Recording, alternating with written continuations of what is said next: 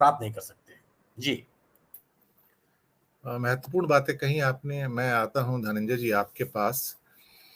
भारत की छवि को धक्का पहुंचाने वालों में स्वयं प्रधानमंत्री भी बहुत प्रमुखता से रहे हैं। कुछ वक्तव्य मेरे पास उनके हैं, मैं आपको बताना चाहूंगा। ये वक्तव्य हैं 2015 टोरंटो, कनाडा। कहते हैं जिनको गंदगी करनी थी वो गंदगी करके चले गए, पर हम सफाई करेंगे। यानी कि भारत के जितने पूर्व प्रधानमंत्री थे उन्होंने भारत में गंदगी फैलाई, भ्रष्टाचार फैलाया और ना जाने क्या क्या किया, और इस बात की काफी आलोचना हुई। और अरुण जेटली ने 28 अप्रैल 2015 के दिन राज्यसभा में कहा कि प्रधानमंत्री की विदेश यात्राओं के दौरान उनके बोलने पर किसी भी प्रतिबंध का कोई आदेश नहीं है। उसके बाद फिर टोरंटो में एक बात और कहते हैं, वो भारत को कहते हैं ये भारत स्कैम इंडिया था, हमने इसे स्किल इंडिया बनाया। और तब बहुत सारे विरोध पक्ष के लोगों ने कहा कि गलतियां हो सकती हैं लेकिन देश को स्कैम नहीं कह सकते हैं आप। उसके बाद 16 मई 2015 शंघाई के अंदर, चीन के अंदर प्रधानमंत्री क्या कहते हैं, एक साल पहले तक जिनको शर्म आती थी अब वो खुद को भारतीय कहने में गर्व महसूस करते हैं। हमें कभी शर्म नहीं आई, हमें हमेशा इस देश के ऊपर गर्व रहा है। ये मोदी जी कह सकते हैं कि उन्हें शर्म आती थी। शायद सियोल के अंदर भी जाके उन्होंने यही कहा था कि हम किस देश के अंदर पैदा हो गए, ये कैसा देश है, हमने कहां जन्म ले लिया, कौन से पाप किए थे, ये उन्होंने सियोल कोरिया में कहा था। 2015 में ही उन्होंने सितंबर में कैलिफोर्निया में कहा था कि भारत पहले वर्क इन प्रोग्रेस था, अब भारत ने विकास की नई लंबी छलांग लगाई है। ना जाने कितने ऐसे वक्तव्य हैं जो उन्होंने कहा है जहां पर, और 70 साल में कुछ नहीं हुआ, ये तो उनकी रेगुलर एक पूरा का पूरा फीड आता है। शर्म आती है कि जब, लज्जा आती है कि जब भारत का प्रधानमंत्री इन शब्दों का उपयोग करता है कि पहले वाले गंदगी फैला के गए थे, हम गंदगी साफ करेंगे। पहले वाले जो भारत था वो स्कैम भारत था, हम स्किल इंडिया बना रहे हैं। ऐसे ऐसे शब्दों का उपयोग किया गया कि हमें जन्म लेने में, कि हमने कहां जन्म लिया, कौन से पाप किए हैं, हमने हमें दुख होता था कि हमने कौन से देश में जन्म ले लिया है। ये विदेशों में जाकर कहे हुए वाक्य हैं प्रधानमंत्री के। तो संसद का अपमान किसने किया? मदर ऑफ डेमोक्रेसी क्या इसे कहते कि विदेश में जाके आप जो मर्जी कहें, और राहुल अगर सच कहें तो आप उसके ऊपर ऐसे उबल पड़ेंगे जैसे उन्होंने कोई देशद्रोह कर दिया। बल्कि हो सकता है देशद्रोह में उनको जेल भेजने की तैयारी भी चल रही हो सकता है। इस सरकार से सब उम्मीदें की जा सकती हैं। धनंजय जी, आपकी टिप्पणी, आपकी ऑब्जर्वेशन। अनम्यूट कर लीजिए। हमारे संविधान में अभिव्यक्ति की आज़ादी, आप अपनी बात रख सकते हैं। तो प्रधानमंत्री को ऐसा लगा होगा तो उन्होंने अपनी बात रखी, राहुल गांधी को भी जो लगा उन्होंने अपनी बात रखी। तो प्रधानमंत्री की बात से भी मुझे आपत्ति पर्सनली तौर पे नहीं है कि प्रधानमंत्री फाइनली केवल एक व्यक्ति नहीं है, उनको देश की एक बड़ी आबादी ने चुना है। तो शायद 30, 35, 50% जो लोग वोट देते हैं उनको भी लगता होगा कि देश, भारतवर्ष में जन्म लेना अपराध है या पाप है, या जो भी उनको लग रहा हो, शर्म का विषय है। तो इसलिए प्रधानमंत्री ने ऐसा बोला होगा, क्योंकि प्रधानमंत्री ये तो मान के बैठ रहे हैं कि केवल उनको वोट देने वाले लोग ही का प्रतिनिधित्व नहीं करते, वो उनका भी प्रतिनिधित्व करते हैं जो उनको वोट नहीं दिया है। और एक प्रधानमंत्री होने के नाते बिल्कुल बनता है कि प्रधानमंत्री आप जब बन जाते हैं तो किसी पार्टी के या किसी समुदाय विशेष के या अपने वोटर के केवल नहीं है। जब प्रधानमंत्री आप बनते हैं तो पूरे देश की 137 करोड़ जितनी आबादी है उन सबके प्रधानमंत्री हैं और सबके कल्याण के लिए कार्य करेंगे, ये आपसे अपेक्षा रहती है। ये भी आपसे अपेक्षा होती है कि आप जो बोले वो 137 करोड़ लोगों को सुहाए, उनको अच्छा लगे। ऐसा ना बोलें कि आपके कुछ लोगों को तो बहुत पसंद आए, बाकी लोगों को बेकार लगे, क्योंकि ये फाइनली जो है, ये देश जो है लोकतांत्रिक देश है। अब मैं बात करूं लोकतंत्र पे कि लोकतंत्र का मतलब क्या होता है। क्या लोकतंत्र का मतलब सिर्फ वोट देना है और वोट दे करके हम अपने जनप्रतिनिधि चुन लेते हैं 5 साल के लिए, फिर हम जो है कुछ ना करें, कुछ ना बोले, वो प्रतिनिधि चाहे जो भी निर्णय ले हम उनके साथ खड़े हो जाएं, उसको लोकतंत्र कहते हैं।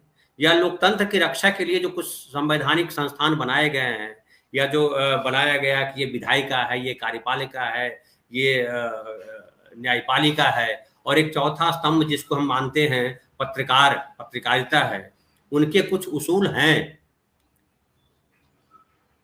या लोकतंत्र का मतलब यह है कि जनता ने जिनको चुन लिया, जो प्रधानमंत्री बन गए, उनके सब मातहत हैं, उनके सब अंदर काम करेंगे? लोकतंत्र का मतलब ये है। क्या है लोकतंत्र? इसकी परिभाषा जो है बहुत जरूरी हो गई है आज के संदर्भ में। क्योंकि मुझे लगता है प्रधानमंत्री या उनके समर्थक जो लोकतंत्र की परिभाषा गढ़ते हैं, उसमें लोकतंत्र का मतलब ये आता है कि जो जनता ने सरकार चुन ली, वो सरकार जो है लोकतांत्रिक है और सरकार अपने तरीके से सारे संवैधानिक संस्थाओं को, सबको हैंडल करे, वो चाहे न्यायपालिका हो या कार्यपालिका हो या विधायिका हो। आप देखिए संसद को अपने तरीके से हैंडल कर रहे हैं, संसद को म्यूट कर देते हैं। संसद को म्यूट करने की घटना तो पहली बार हुई। आप किसी को बोलने नहीं देना चाहते हो संसद में भी। अभी देखिए, अभी मैं आपसे जब बात कर रहा हूँ, आपके लाइव हुआ हूँ, और मैं अब देख रहा था ट्विटर पे, मैं सोचा कि आपका पोस्ट जो है ट्विटर पे शेयर करूं, तो मेरा अकाउंट जो है ट्विटर ने सस्पेंड कर दिया परमानेंटली। क्यों सस्पेंड किया, उसका कोई जवाब नहीं है। मैंने उनको लिख दिया कि भैया अच्छा किया सस्पेंड कर दिया, मुझे आपकी जरूरत नहीं है, क्योंकि मैं आपकी वजह से, ट्विटर की वजह से धरती पे नहीं हूं, मैं इस वजह से धरती पे हूं कि मुझे जो है इस मिट्टी ने जन्म दिया है। खैर, तो ये जो है लोकतंत्र की जो परिभाषा ये गढ़ रहे हैं, मुझे लगता है इसको अराजकता कहते हैं या अधिनायकवादी कहते हैं। इतने तो अंग्रेज भी क्रूएल नहीं थे। अंग्रेज भी गांधी की बात सुन रहे थे, अंबेडकर की बात सुन रहे थे, जो लीग के नेता थे उनकी बात सुन रहे थे, जो यहाँ के राजा महाराजा थे उनकी बात सुन रहे थे, जो कानून संगत जनता की बात रख रही थी उसको भी सुन रहे थे। ये तो सुनना ही नहीं चाहते। आप देखिए कि जो है देश के हर हिस्से में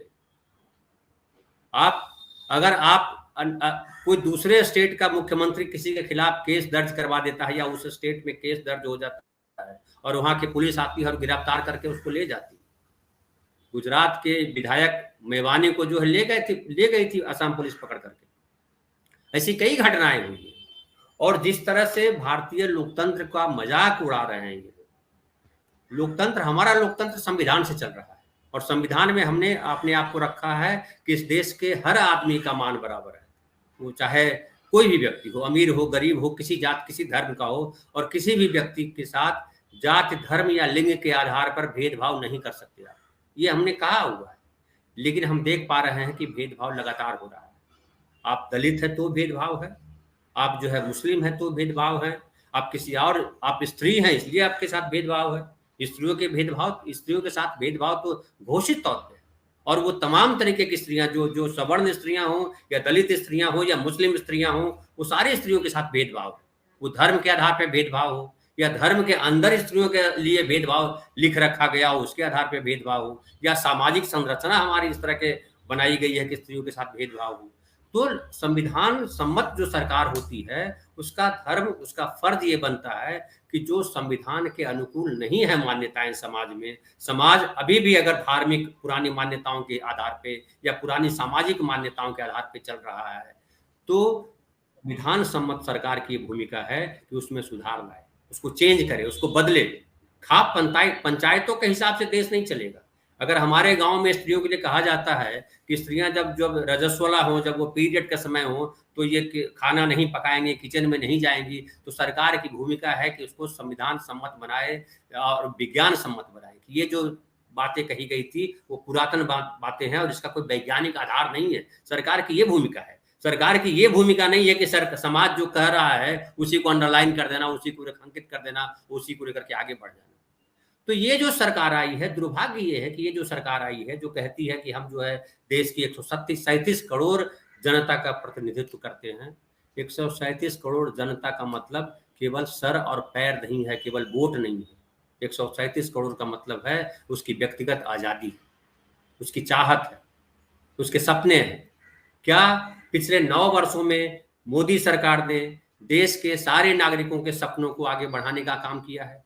नागरिकों का स्वप्न क्या होता है? नागरिकों का स्वप्न होता है कि अपनी आर्थिक स्थिति को सुधारे। नागरिकों का स्वप्न होता है कि वो और तरक्की करे, बेहतर बने। क्या हमने पिछले 9 वर्षों में खुद को बेहतर बनाया है? और बनाया है तो किस दर्जे से बनाया है? हमने ये बनाया है, हमने ये देखा है कि हम में जो है ये 370 हटा दिया, इस नाम पे जो है पूरे देश में एक माहौल खड़ा किया गया। इस देश में माहौल खड़ा किया गया कि मुसलमान जो है इस देश के असली नागरिक नहीं है। यहाँ वही रहेगा जो हिंदू होगा। फिर वो परिभाषा गढ़ते हैं कि हिंदू का मतलब जो हिंदुस्तान में रह रहे हैं सारे नागरिक हैं। जब हिंदुस्तान में रह रहे सारे नागरिक हैं तो भाई मोदी जी, आपकी सरकार, आपकी पार्टी तो बड़ी पार्टी है अभी देश की, तो मुसलमानों को टिकट क्यों नहीं देती, ईसाइयों को टिकट क्यों नहीं देती है?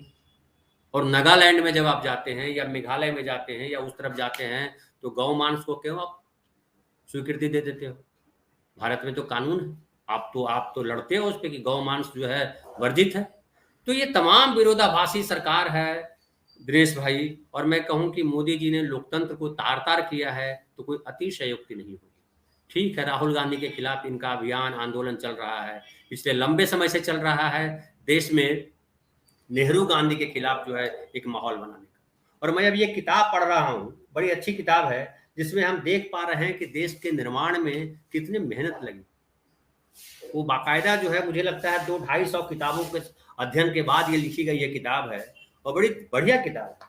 आप गरीबी रेखा पे बात कीजिए, आप बाकी सारी चीजों पे बात कीजिए, और देश के मौजूदा हालात पे बहुत ठोस तथ्यात्मक किताब है। तो इस देश का आम आदमी जो है वो जानते हैं मोदी जी के अशिक्षित है। इस देश का समाज अभी भी इतना परिष्कृत नहीं हुआ है, इतना जो है प्रगतिशील नहीं हुआ है कि अपनी पुरानी मान्यताओं को आसानी से छोड़ दे। मैं वो चाहे वो ये मानने वाले लोग हों कि हम जो है 108 बार अगर जाप करेंगे भगवान शिव का तो हम परीक्षा में पास हो जाएंगे, या वो मानने वाले लोग कि भभूत से जो है बड़ी बड़ी बीमारियां ठीक हो जाती है, या वो मानने वाले लोग कि ये पवित्र जल के ग्रहण करने से हम जो है बीमारियों से मुक्त हो जाएंगे, हम तरक्की पा लेंगे। ये समाज में हमारे लोग भरे हुए। लेकिन लोकतांत्रिक सरकार का मतलब क्या होता है? सरकार का मतलब होता है दुनिया जिस दिशा में जा रही है, दुनिया जिस बेहतरी की तरफ जा रही है, उस तरफ देश को, देश के समाज को, यहाँ के नागरिकों को ले जाना।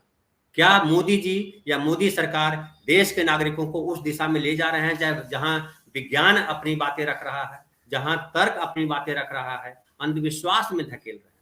और यह अंधविश्वास मुझे लगता है लोकतंत्र को भी निपटा देगा, ऐसा मुझे लग रहा है। जी।